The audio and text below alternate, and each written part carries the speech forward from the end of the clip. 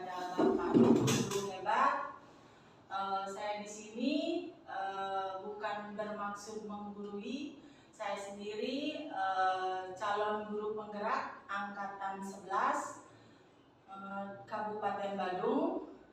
Dalam 2 bulan terakhir ini saya telah menyelesaikan modul 1.1 yang terdiri dari 4 subbab. Yang pertama, modul 1.1 itu tentang filosofi Ki Hajar Dewantara. Modul 1.2 itu tentang nilai dan peran guru penggerak. Modul 1.3 itu visi guru penggerak. Dan yang terakhir yang saya akan membahaskan sekarang adalah modul 1.4 itu budaya positif. Kegiatan kita pada siang hari ini adalah menyebarkan pemahaman dan penerapan pengalaman budaya positif. Adapun tujuan belajar kita pada siang hari ini itu yang pertama, memahami posisi kontrol sebagai guru dan mewujudkan budaya disiplin di sekolah. Yang kedua, menguatkan praktek budaya positif yang telah diterapkan di sekolah melalui evaluasi dan refleksi. Nah, Bapak Ibu, seperti biasanya dalam suatu kegiatan tentu adanya kesepakatan belajar. Nah, di sini saya menulis 3 kesepakatan dalam belajar. Yang pertama itu fokus mengikuti kegiatan. Yang kedua, angkat tangan jika mau bertanya, menjawab, ataukah mau meninggalkan ruangan. Yang ketiga itu saling menghargai. Kira-kira Bapak Ibu ada yang mau ditambahkan? Tidak cukup berarti ya. Jadi kesepakatan belajar kita cukup 3 saja. Nah, Bapak Ibu, selanjutnya ini ada konsep utama model budaya positif. Itu ada 7 konsep utamanya model budaya positif. Itu yang pertama, disiplin positif. Yang kedua, motivasi perilaku manusia. Yang ketiga, kebutuhan dasar manusia. Yang keempat, kontrol diri. Yang kelima, 5 posisi kontrol dalam restitusi. Yang keenam, keyakinan kelas. Dan yang terakhir, segitiga restitusi. Selanjutnya, pada modul 1.1 kita belajar tentang filosofi pendidikan menurut Ki Hajar Dewantara. Adapun tujuan pendidikan menurut Ki Hajar Dewantara adalah Ki Hajar Dewantara menyatakan bahwa tujuan pendidikan ialah menuntun segala kodrat yang dimiliki oleh anak untuk mencapai keselamatan dan kebahagiaan yang setinggi-tingginya, baik sebagai manusia maupun sebagai anggota masyarakat. Nah, Bapak Ibu, selanjutnya ada 3 faktor yang menuntun tercapainya tujuan pendidikan. Yang pertama itu adalah anak atau murid, siswa. Yang kedua itu guru, dan yang ketiga adalah sekolah. Nah, jadi murid itu merupakan faktor utama yang tumbuh dalam kodrat alam dan kodrat zaman. Yang kedua itu adalah guru. Jadi guru di sini tugasnya adalah menuntun murid sesuai dengan kodratnya yang seperti tadi, kodrat alam dan kodrat zaman. Yang ketiga itu adalah sekolah. Jadi sekolah itu adalah tempat kita menimba ilmu, mentransfer ilmu dan memberikan pendidikan kepada siswa. Nah, Bapak Ibu, budaya positif akan terbentuk melalui penerapan disiplin positif yang dilakukan secara konsisten. Nah, sekarang Bapak Ibu, dari gambar yang Bapak Ibu amati, di sana ada seorang ilustrasi dari seorang guru yang sedang marah dan berperilaku buruk tentunya di sini kepada siswanya. Nah, di sini apakah guru yang galak dan pemarah dapat mendisiplinkan siswa? Kira-kira bagaimana Bapak Ibu? Tidak. Jadi kalau guru yang marah atau galak itu akan membuat siswa seperti apa? Ketakutan. Jadi merasa tertekan. Betul sekali Bapak Ibu. Nah, jadi guru galak dan pemarah melakukan pemaksaan dalam mendisiplinkan murid. Nah, kira-kira Bapak Ibu dampaknya seperti apa saja? Nah, di sini dijelaskan kalau guru yang galak dan pemarah melakukan pemaksaan dalam mendisiplinkan murid. Nah, ini dampaknya ada 3. Mungkin dampak yang lain juga masih banyak. Di sini yang pertama, perilaku disiplin bersifat jangka pendek. Yang kedua, kehilangan ketertarikan untuk belajar.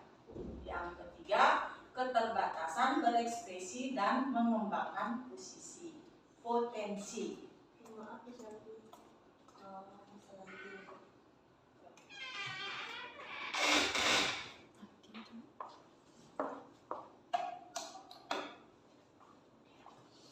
Terima kasih Bu Dian.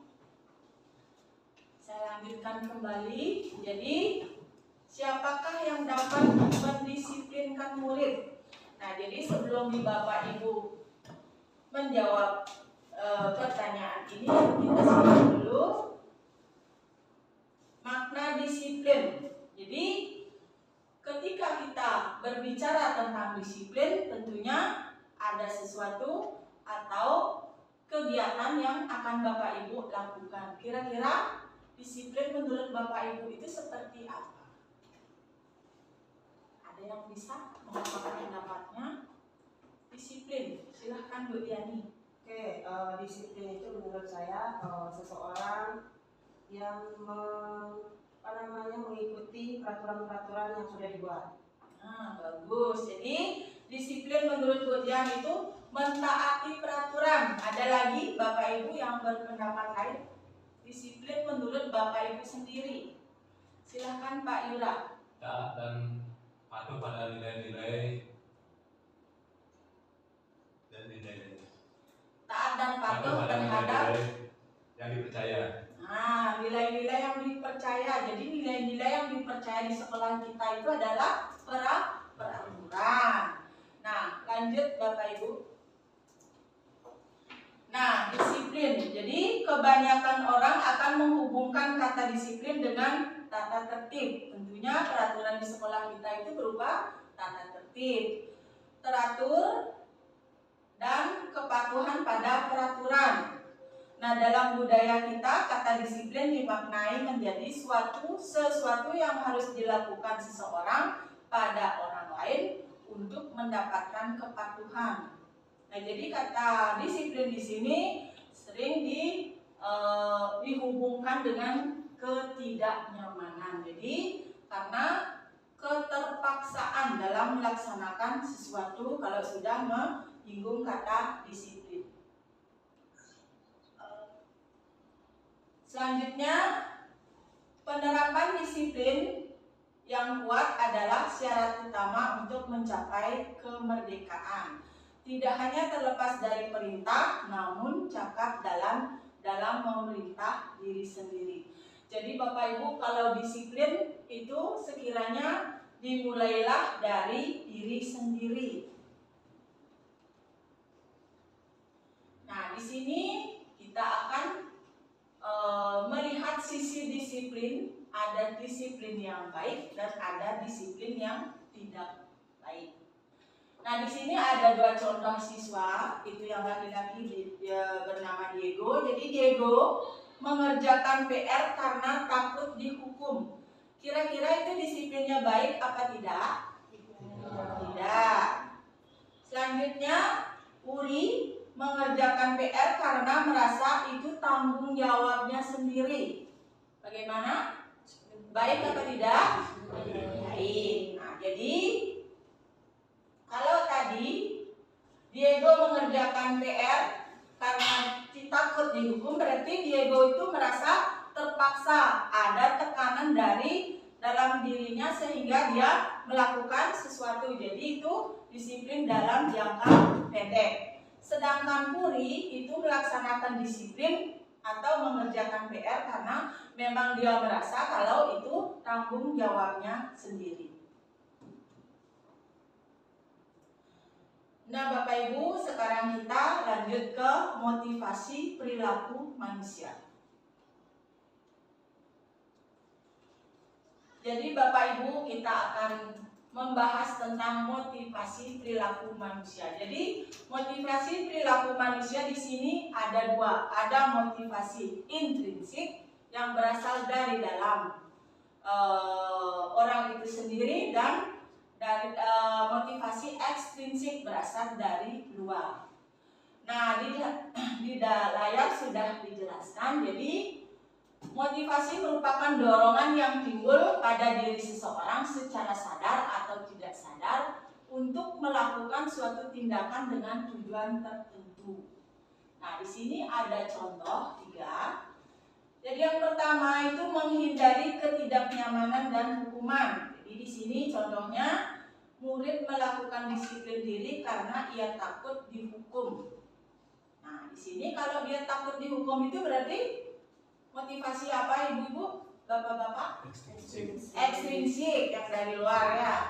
Lanjut yang nomor 2, mendapatkan imbalan atau penghargaan dari orang lain. Jadi contohnya di sini murid melakukan disiplin diri karena dia ingin mendapatkan imbalan. Kira-kira ini motivasi ekstrinsik. Nah, yang terakhir menghargai nilai-nilai kebajikan diri sendiri. Ini contohnya murid melakukan disiplin diri karena sadar akan nilai kebajikan. Ini contoh motivasi apa?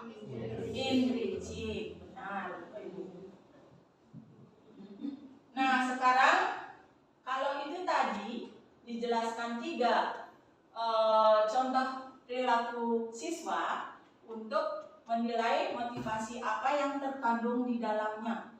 Sekarang yang saya tanyakan, apa yang memotivasi Bapak Ibu guru berperilaku disiplin di sekolah tempat Bapak Ibu mengajar? Kira-kira apakah ada tekanan dari takut dimarahi Bapak kepala sekolah kah? Atau terlambat takut TPP-nya dipotong kah? Ataukah dilihat dari anaknya? Karena kita sering di sekolah menyerukan kepada siswa bahwa kita harus datang tepat waktu. Kira-kira apa Bapak Ibu motivasi Bapak Ibu sendiri untuk Pak Wahyu? Ya, mungkin dari saya, kalau saya lebih ke memberi contoh kepada anak-anak. Ya, benar. Jadi kalau Pak Wahyu sendiri memberi contoh tauladannya kepada siswa-siswi kita. Ada yang berpendapat lain? Nah, mungkin semua sama ya. Jadi apa yang dilakukan Pak Wahyu dan mungkin sama dengan Bapak Ibu guru di sini itu sudah benar. Jadi di sini juga ada contoh perilaku motivasi eksternal dan internal yang dilakukan oleh Bapak Ibu guru. Nah, di sini apakah karena takut ditegur oleh atasan? Itu merupakan motivasi eksternal ya. Nah, ini seperti yang dibilang Pak Wahyu tadi. Jadi kalau kita melaksanakan suatu pekerjaan yang merupakan itu tanggung jawab kita sendiri tanpa ada tekanan dari orang lain, apalagi seperti tadi memberi teladan kepada siswa, itu adalah merupakan motivasi internal. Nah, lanjut Bapak Ibu. Nah, sekarang bayangkan Bapak Ibu sedang berada dengan siswa. Bila murid atau siswa melakukan tindakan negatif, misalnya mengejek teman, jadi apa yang Bapak Ibu lakukan? Misalnya 2 orang siswa, 1 siswa yang diejek menangis dan ada 1 siswa yang mengejek. Sekarang kedua orang siswa ini lapor ke ibu, Bapak Ibu guru. Kira-kira yang Bapak Ibu lakukan apa? Silahkan Ibu Inti. Saya ini barusan saya terjadi tadi di kelas waktu istirahat ya. Iya. Jadi ada dua siswa di kelas saya dan dua siswa di kelas lain. Mereka bertengkar, mereka ngaji. Terus yang saya lakukan, saya panggil mereka berempat. Saya masuk di ruang kelas, teman-teman saya suruh keluar, saya tanya di sana, kamu kenapa? Jadi saya perlu tahu dari kedua sisi sebelum saya kasih tindakan. Ya, tepuk tangan buat Bu Inti. Jadi tindakan Ibu Inti tadi sudah termasuk dalam tindakan yang bijak. Mungkin nanti tahap selanjutnya setelah Bu Inti melerai dan menanyakan kepada siswa yang bertikai atau bertengkar, itu mungkin dalam restitusi, nanti saya jelaskan lebih lanjut. Nah, selanjutnya Bapak Ibu, kita akan tahu ada hukuman, ada konsekuensi, dan ada restitusi. Jadi dalam penyelesaian masalah tadi ada kaitannya nanti dengan restitusi yang dijalankan oleh Bapak Ibu guru. Nah, selanjutnya Bapak Ibu, ini ciri-ciri, ada ciri-ciri hukuman, ada ciri-ciri konsekuensi, dan ada restitusi.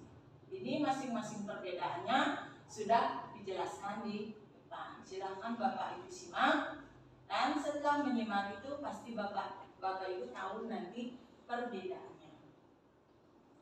Bisa saya lanjutkan Bapak Ibu? Bisa.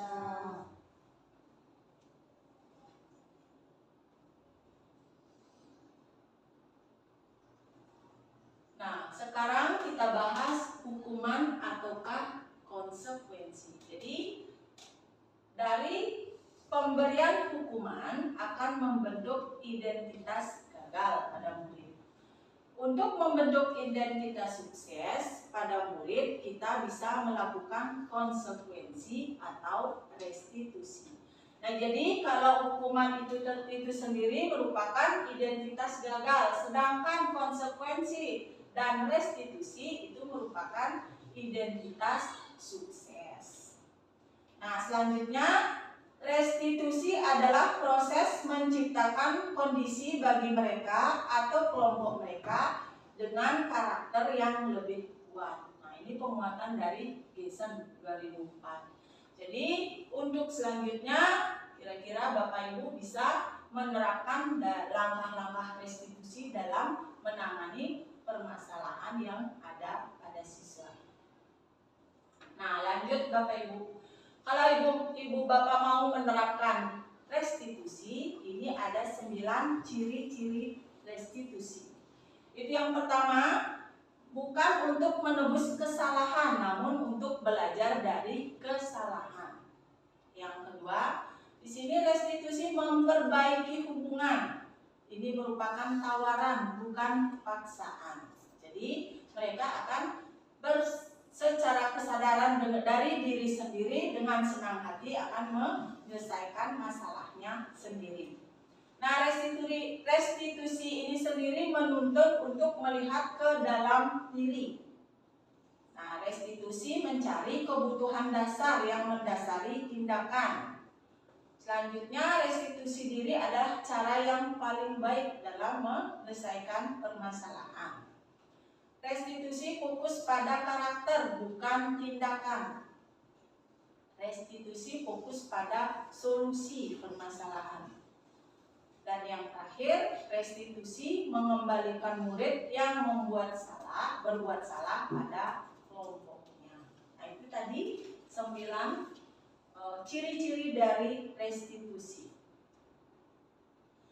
Selanjutnya Bapak Ibu, kita akan belajar tentang segitiga restitusi. Jadi segitiga restitusi merupakan sebuah tahapan untuk memudahkan para guru dan orang tua dalam melakukan proses menyiapkan anaknya untuk melakukan restitusi. Jadi ada tahap-tahapnya dalam restitusi, seperti namanya segitiga. Jadi di sini ada 3 komponen yang harus dilalui dalam menyelesaikan permasalahan yang ada pada diri siswa itu sendiri. Yang pertama itu adalah menstabilkan identitas. Yang kedua itu adalah memvalidasi tindakan yang salah.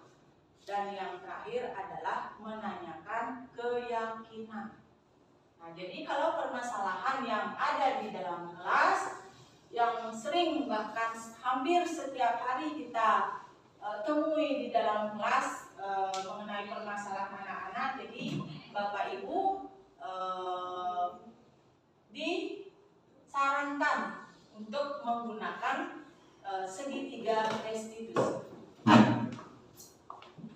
Nah, Bapak Ibu, saya sudah menerapkan segitiga restitusi dalam menyelesaikan permasalahan. Di sini ada permasalahan seorang siswa Diego membolos pada saat Bapak Ibu guru sedang rapat. Nah, jadi anak-anak Diego ini pergi ke kafe. Ya, kafe di sini bukan kafe yang anak dewasa ya. Jadi kafe di sini sejenis warung untuk anak-anak nongkrong.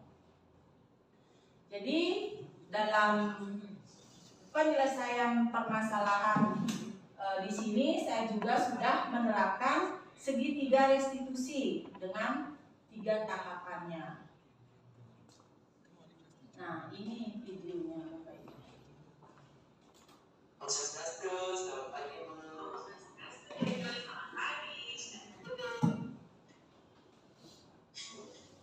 Ibu, apa kabarnya ini? Baik Bu. Ibu dapat laporan katanya kemarin Ibu bolos pada saat Bapak Ibu sedang rapat. Apakah itu benar? Ya, itu benar. Lalu Ibu pergi ke mana? Kemarin saya pergi ke kafe bersama teman-teman saya. Oke, jadi setiap manusia pasti pernah melakukan kesalahan. Ibu kalau ke kafe itu apa yang dilakukan? Hanya menonton santai sambil ngobrol. Kalau ke kafe itu ada manfaatnya? Tidak ada. Lalu membolos yang Ibu lakukan?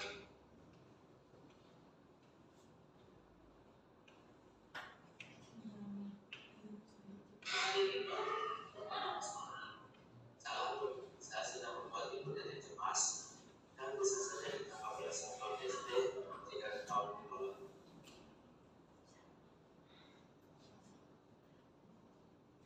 Baik Bapak Ibu, Lalu mengapa dia belum bolos? Kemarin saya sedang berusaha di luar Bu. Ada salah satu teman saya yang ngajak saya ke kafe dan saya ikut. Tapi sekarang Ibu sudah menyadari kesalahan Ibu. Apakah akan dilakukan lagi? Sudah Bu. Saya minta maaf dan saya tidak akan bolos lagi. Jadi untuk kedepannya bila Bapak Ibu sedang rapat, apa yang akan Ibu lakukan? Dan Bapak Ibu sedang rapat, saya akan meminta tugas kepada guru mata pelajaran saya. Baik, semoga Diego mendapat pelajaran bermakna dari kesalahan yang sudah Diego lakukan. Jadi Ibu ucapkan terima kasih. Semoga kedepannya kesalahan yang Diego lakukan hari ini tidak akan terulang lagi. Terima kasih banyak Diego. Silakan kembali. nah itu tadi Bapak Ibu saya mencoba menerapkan segitiga restitusi dalam menyelesaikan masalah di kelas yang dialami oleh Diego.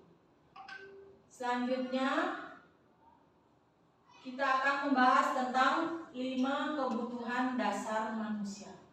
Nah, di sini setiap tindakan memiliki tujuan melakukan usaha terbaik dalam memenuhi kebutuhan dasar. Nah, Bapak Ibu di sini ada 5 kebutuhan dasar manusia. Itu yang pertama adalah bertahan hidup, yang kedua adalah kebebasan, yang ketiga adalah kasih sayang, dan yang keempat kesenangan, dan yang terakhir adalah penguasaan. Nah, jadi di sini kalau yang tergolong dalam kebutuhan dasar bertahan hidup itu apa Bapak Ibu? Itu merupakan kebutuhan dasar manusia. Kalau kita di ekonomi itu mendengar katanya kebutuhan sandang, kebutuhan pokok itu sandang, papan, dan pangan. Jadi kebutuhan yang mendasar itu berupa kebutuhan sandang ya. Jadi ini berupa makan, minum, tempat tinggal, dan rasa aman. Terus yang kedua itu kasih sayang dan rasa diterima. Nah, jadi kadang-kadang anak-anak kita di kelas itu, apalagi yang kelas 7, ingin diperhatikan. Kadang-kadang mereka bertanya lebih, padahal sudah dijelaskan, tapi lebih lagi bertanya. Itu tandanya mereka ingin disayangi, ingin diberikan perhatian lebih. Yang ketiga itu adalah penguasaan. Kadang-kadang di dalam kelas itu ada 1-2 orang itu yang ingin berkuasa. Kalau dia itu ingin dihargai oleh teman-temannya di satu kelas itu termasuk dalam kebutuhan dasar manusia. Jadi ingin diakui, ingin didengar, dan dianggap menguasai. Selanjutnya kebebasan. Jadi anak-anak kadang-kadang dia ingin dibebaskan dalam berekspresi. Nah, itu mungkin sudah kita terapkan di kelas. Jadi anak-anak bebas mengeluarkan ekspresinya mandiri di dalam kelas. Yang terakhir itu adalah kesenangan. Anak-anak itu suka hiburan. Tentunya kita sudah melaksanakan dan memberikan mereka hiburan berupa ice breaking ya. Sudahkah Bapak Ibu lakukan? Sudah ya. Nah, selanjutnya Bapak Ibu. Nah, sekarang kita akan membahas tentang posisi kontrol. Jadi kuncinya di sini, posisi kontrol itu ada pada diri kita sendiri, bukan dari orang lain. Nah, di sini ada 5 posisi kontrol Bapak Ibu. Jadi yang pertama itu adalah penghukum, yang kedua adalah pembuat rasa bersalah, yang ketiga itu adalah teman, yang keempat pemantau, dan yang terakhir manajer. Nah, sekarang nanti Bapak Ibu menyimak penjelasan dari masing-masing posisi kontrol ini, nanti Ibu bisa menempatkan kira-kira saya itu ada di posisi mana. Nah, berdasarkan gambar yang Bapak Ibu lihat, kira-kira posisi yang paling tidak mungkin kita lakukan untuk di pembelajaran kurikulum merdeka yang mana Bapak Ibu? Nah, penghukum. Karena kalau di posisi penghukum itu, nah silakan simak videonya.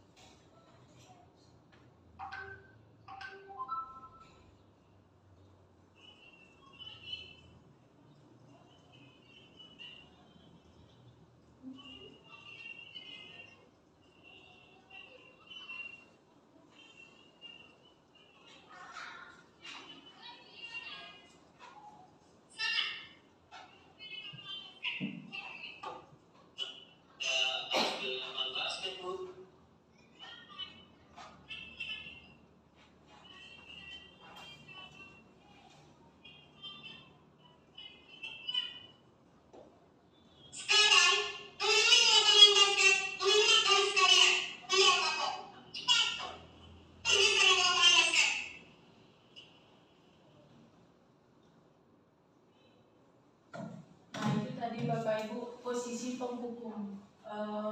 Kira-kira setelah Bapak Ibu mengamati video tadi, kalau karakter seperti penghukum itu seperti apa?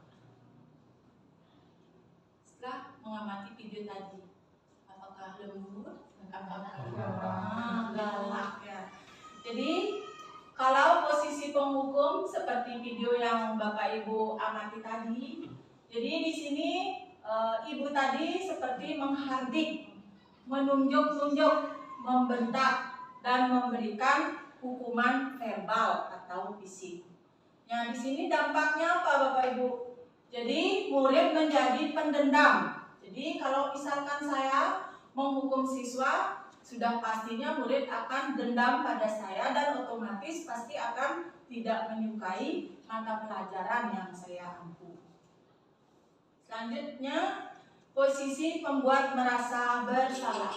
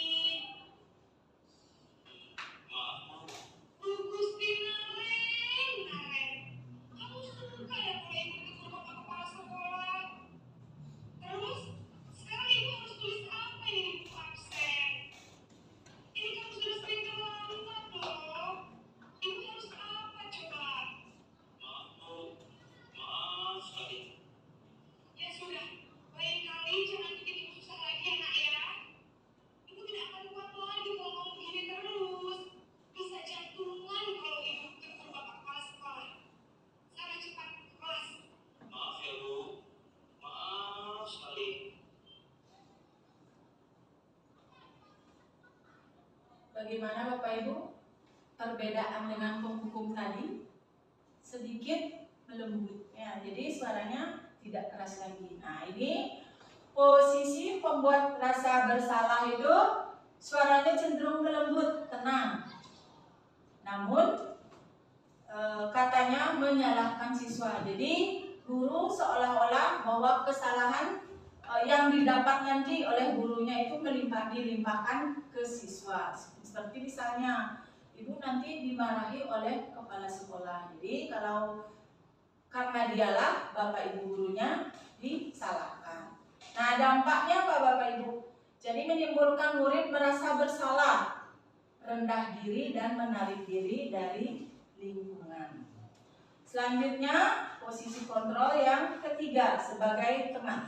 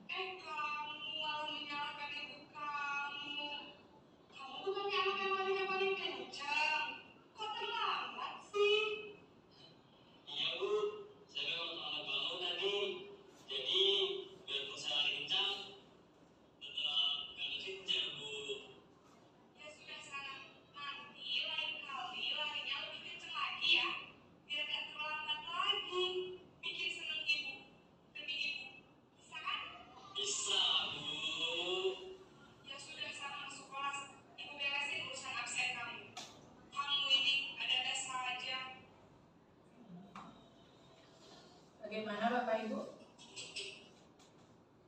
Bagaimana dengan posisi teman? Malah tambah lebih akrab. Dan mungkin dengan siswa-siswa kita yang sekarang mungkin di posisinya sebagai teman ya lebih akrab dengan Bapak Ibu gurunya, tidak ada rasa canggung, tidak ada rasa takut. Nah, jadi posisi teman, jadi di sini dari karakter seorang guru itu, guru akan ramah.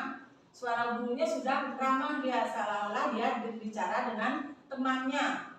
Jadi cenderung bersenda gurau untuk menghangatkan suasana.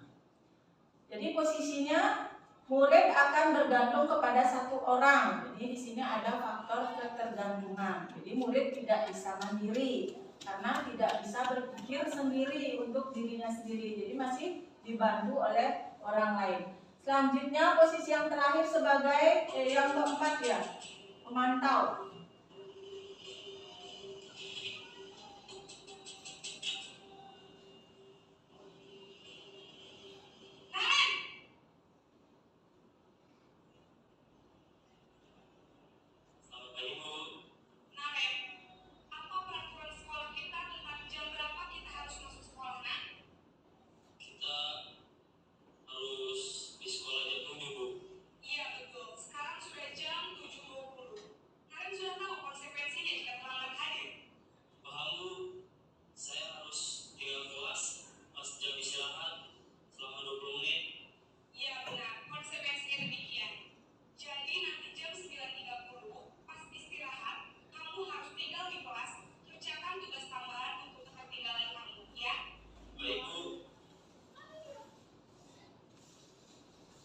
Nah, di sini Bapak Ibu, sebagai pemantau atau monitor, seorang pemantau suaranya datar, tidak emosional, tidak bersenda gurau ataupun menggunakan suara tinggi. Nah, jadi di sini tercipta identitas diri positif atau berhasil. Jadi pemantau perlu senantiasa memantau pada saat murid diberikan sanksi, maka guru pun harus selalu mengawasi. Jadi tadi sanksinya adalah jam istirahat tidak boleh keluar ya. Jadi dampaknya apa? Jadi murid akan menghitung konsekuensi dan hadiah tanpa memahami sepenuhnya nilai kebajikan yang dituju, tidak sepenuhnya mandiri. Jadi di sini belum mandiri ya. Yang terakhir itu posisi manajer.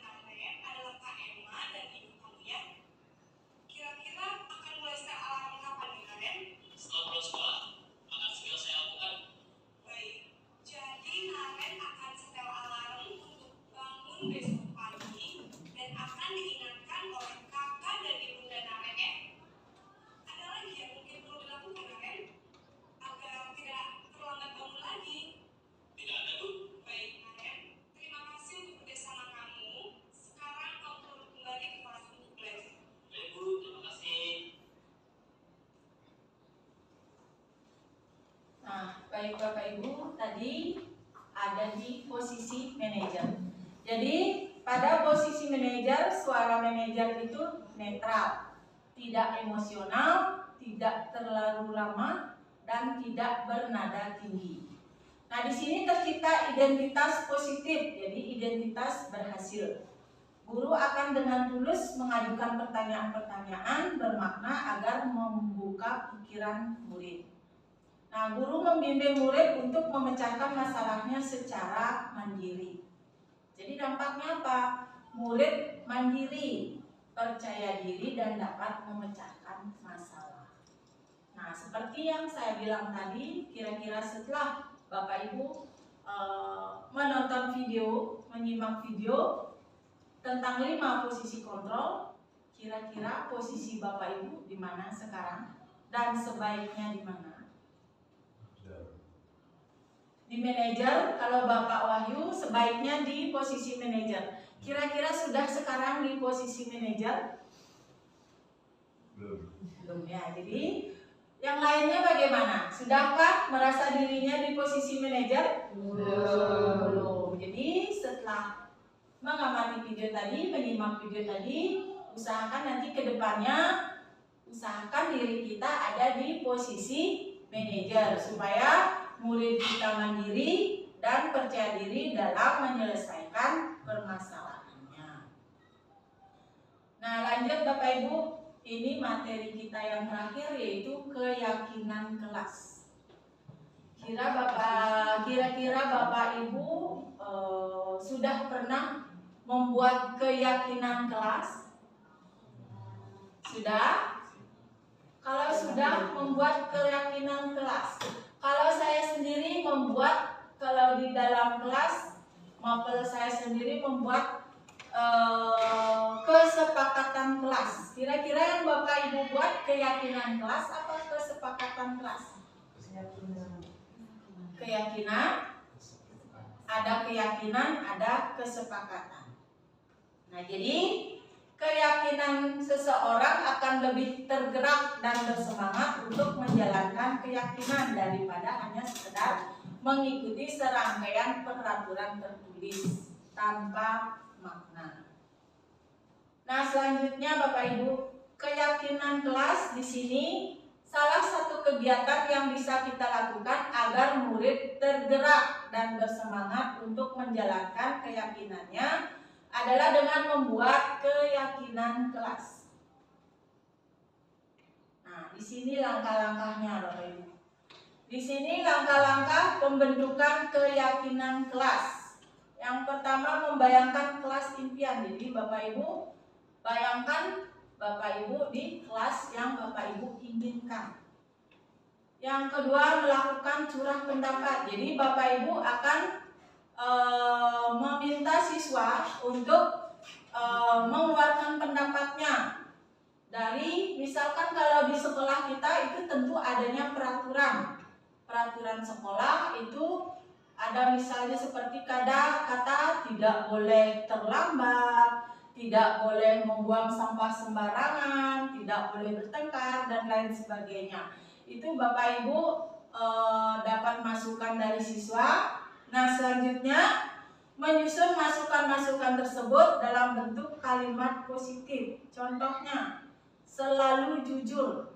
Jadi bukan tidak boleh berbohong. Jadi kuncinya di sini Bapak Ibu, kita akan merubah, memasukkan pemahaman bahwa tidak ada kata tidak. Jadi diganti misalkan tidak boleh membuang sampah sembarangan. Bisa kita dengan menjaga kebersihannya. Itu selanjutnya seperti itu. Nah, selanjutnya Bapak Ibu, agar murid-murid untuk menemukan nilai kebajikan atau keyakinan yang dituju dari peraturan tersebut seperti yang saya jelaskan tadi. Nah, setelah tadi disepakati dan sudah dari peraturan yang ada di sekolah ditambahkan dengan nilai-nilai kebajikan dari siswa itu sendiri, adalah kesepakatan dibuat yang namanya keyakinan kelas. Contohnya, misalkan di kelas saya tadi, saya sudah membuat keyakinan kelas dengan 8J. Itu yang pertama, setelah mereka mengajukan beberapa peraturan sekolah yang seperti tidak boleh membuang sampah sembarangan, tidak boleh mencoret-coret dan lain sebagainya, itu dapat ditarik kesimpulan ada 5 keyakinan kelas. Itu yang pertama, menjaga kebersihan. Yang kedua, saling menghormati. Yang ketiga, menjaga keindahan. Yang keempat, menggunakan HP dengan bijak. Nah, itu keyakinan yang saya sudah buat dengan kelas 8J. Nah, Bapak Ibu, itu tadi pemaparan materi pengimbasan dari pendidikan yang saya sudah dapatkan dalam pendidikan guru penggerak. Kira-kira ada yang Bapak Ibu kurang pahami atau mau tanyakan kepada saya? Paham? Paham ya. Kalau sudah diam berarti sudah paham. Nah Bapak Ibu, ini sedikit dari Ki Hajar Dewantara. Anak-anak hidup dan tumbuh sesuai dengan kodratnya sendiri. Pendidik hanya merawat dan menuntun tumbuhnya kodrat tersebut. Seperti yang dibilang tadi, sebagai kodrat alam dan kodrat zaman. Nah, selanjutnya Bapak Ibu, karena materi sudah selesai saya paparkan, kira-kira setelah Bapak Ibu menyimak tadi pemaparan materi dari saya, kira-kira pengetahuan atau pemahaman baru apa yang Bapak Ibu peroleh setelah mengikuti kegiatan ini? Silahkan, satu kata boleh, satu kalimat boleh. Silahkan Pak Martin. Terima kasih atas kesempatan yang diberikan. Pemahaman baru yang saya dapatkan setelah mengikuti serangkaian kegiatan materi hari ini, untuk mewujudkan sebuah kelas impian tentunya kita perlu keyakinan positif agar sikap positif dari siswa tersebut dapat dibentuk. Ya, tepuk tangan buat Pak Martin.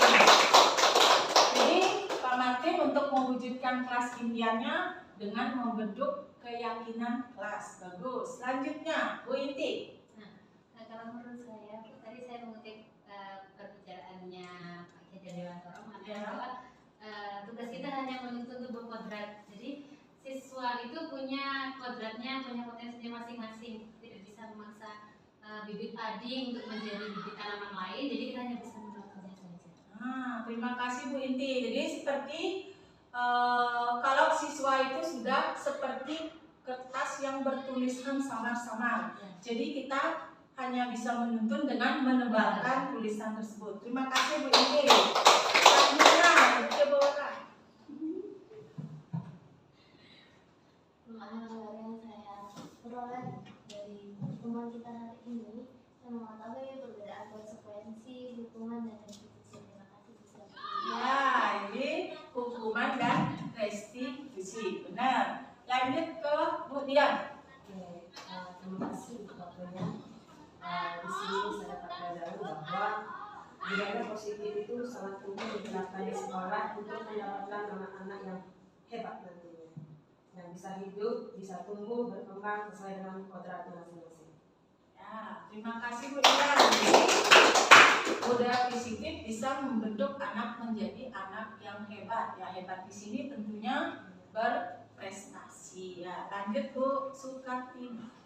Baik, terima kasih atas waktunya. Untuk pemahaman baru yang saya peroleh dalam kegiatan hari ini, di mana kita menyelesaikan permasalahan dengan siswa itu menggunakan segitiga restitusi. Ya, di sana ada menstabilkan, terus ada validasi tindakan dan menanyakan keyakinan. Ya, jadi menurut Bu Sukartini itu tadi yang ditangkap adalah penyelesaian masalah dengan segitiga restitusi. Terima kasih Bu Sukartini. Silakan Pak Lurah. Baik, yang saya peroleh dalam kegiatan pada hari ini itu pentingnya ya pendidikan di sekolah. Nah, benar Bapak Ibu. Jadi menurut Pak Lurah, kalau pendidikan di sekolah itu sangat penting, tak kalah penting juga harus di rumah juga sebagai pendidikan pertama. Lanjut Bu Desi. Oke, baik. Terima kasih untuk waktunya. Pemahaman untuk hari ini yang saya dapatkan sama seperti Bu Inti, kodrat dan segitiga restitusi itu sangat diperlukan di sekolah. Terima kasih Bu Desi. Kita sebagai siswa menurut Bu Desi bisa menuntun anak sesuai dengan kodrat zaman tentunya sekarang ya, karena sudah teknologi yang semakin maju, dan juga tentang penyelesaian masalah dengan segitiga restitusi. Sekarang Bu En. Baik, terima kasih. dari kegiatan hari ini, hal yang saya peroleh adalah bagaimana menyelesaikan masalah dengan segitiga institusi tadi, dan bagaimana posisi guru dalam mengatasi suatu masalah dengan siswa. Ya, jadi menurut Beda, penyelesaian masalah dengan segitiga institusi harus kita jalankan ya, supaya menumbuhkan kemandirian untuk siswa. Terakhir, Pak. Ya, sudah terwakilkan semua sebenarnya. Cuma satu yang sangat membekas, bagaimana kita sebagai guru, mari kita belajar dalam posisi sebagai seorang manajer. Seperti itu. Nah, terima kasih. Itu akan membuat jadi walaupun apapun posisi kalian sekarang sebagai 5 posisi kontrol, jadi usahakan kedepannya kita ada di posisi manajer. Jadi seperti yang dibilang Pak Wisnu tadi, kita juga sebagai pembelajar, karena guru itu adalah pembelajar sepanjang hayat.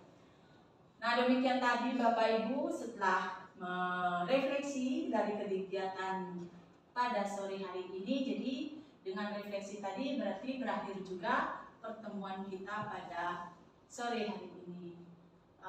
Jadi untuk pertemuan hari ini yang tutup dengan Pak Santi. Om Santi, Santi, Santi.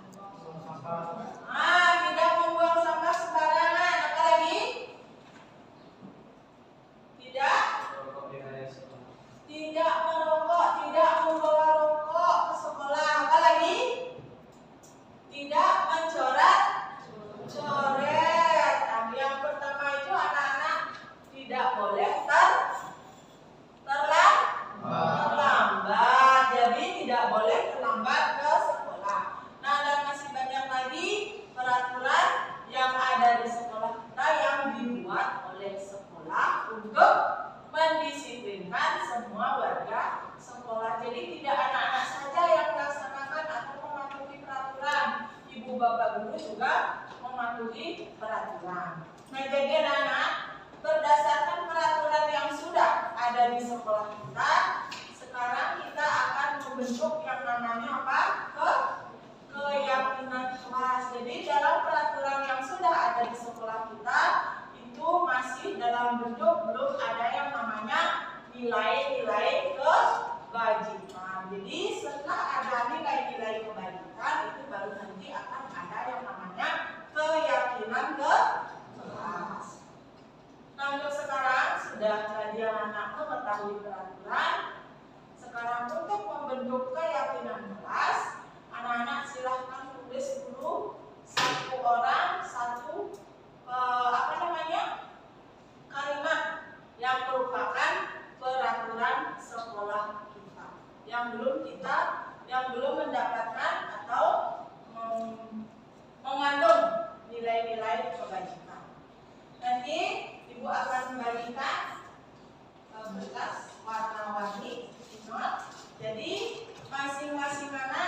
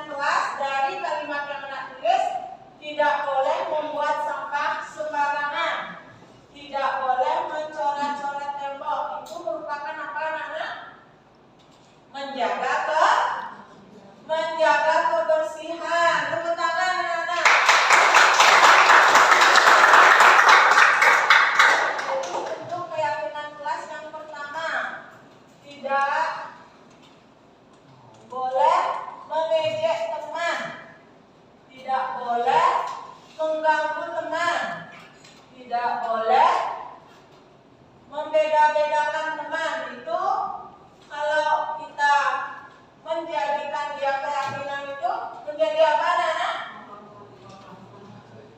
Menghargai teman, itu yang kedua. Yang selanjutnya itu tidak boleh bermain HP, tidak boleh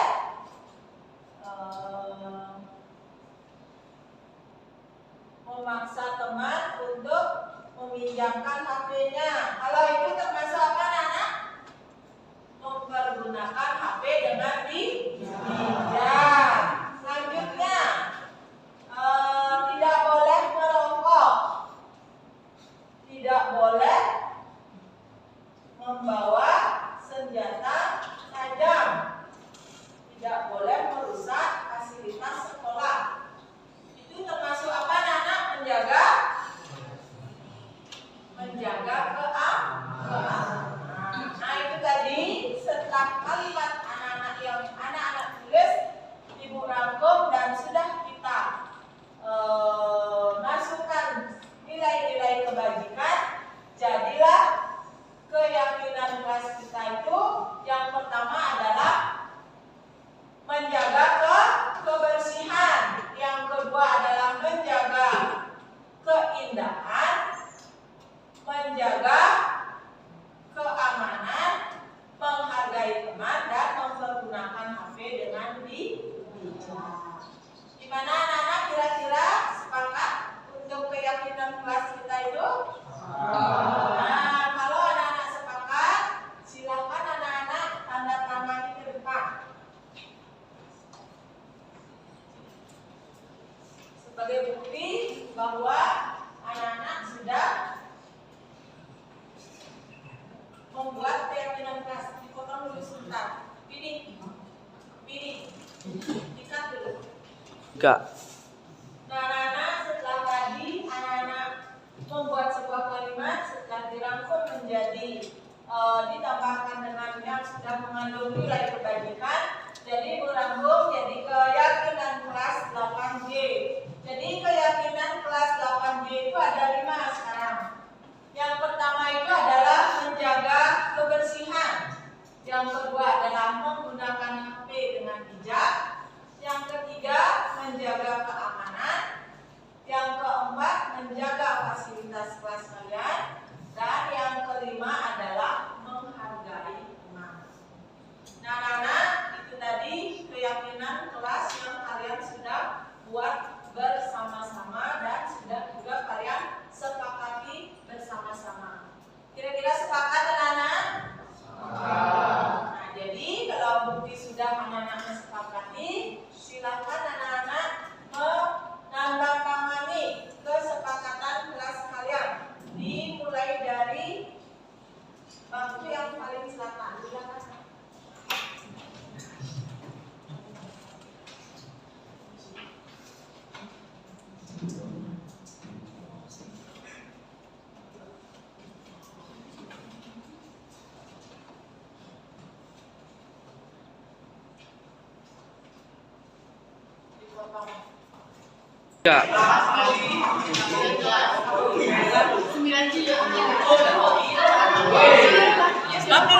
Tiga.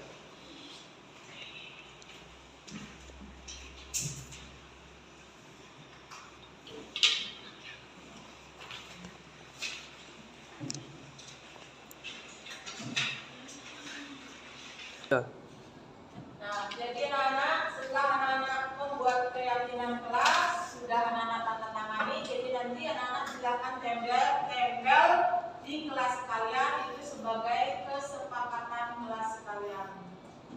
Bagaimana anak-anak? Kira-kira bisa dijalankan? Bisa. Jadi setelah membuat keyakinan kelas, jadi pertemuan pada kali ini akan Ibu akhiri. Sebelum Ibu akhiri, ada yang ditanyakan? Tidak. Kalau tidak, jadi pertemuan hari ini Ibu akhiri. Jadi sebelum mengakhiri pertemuan kali ini, alangkah baiknya kita berdoa. Jadi Ibu mohon bantuan kepada memimpin doa masing-masing. Silakan pilih.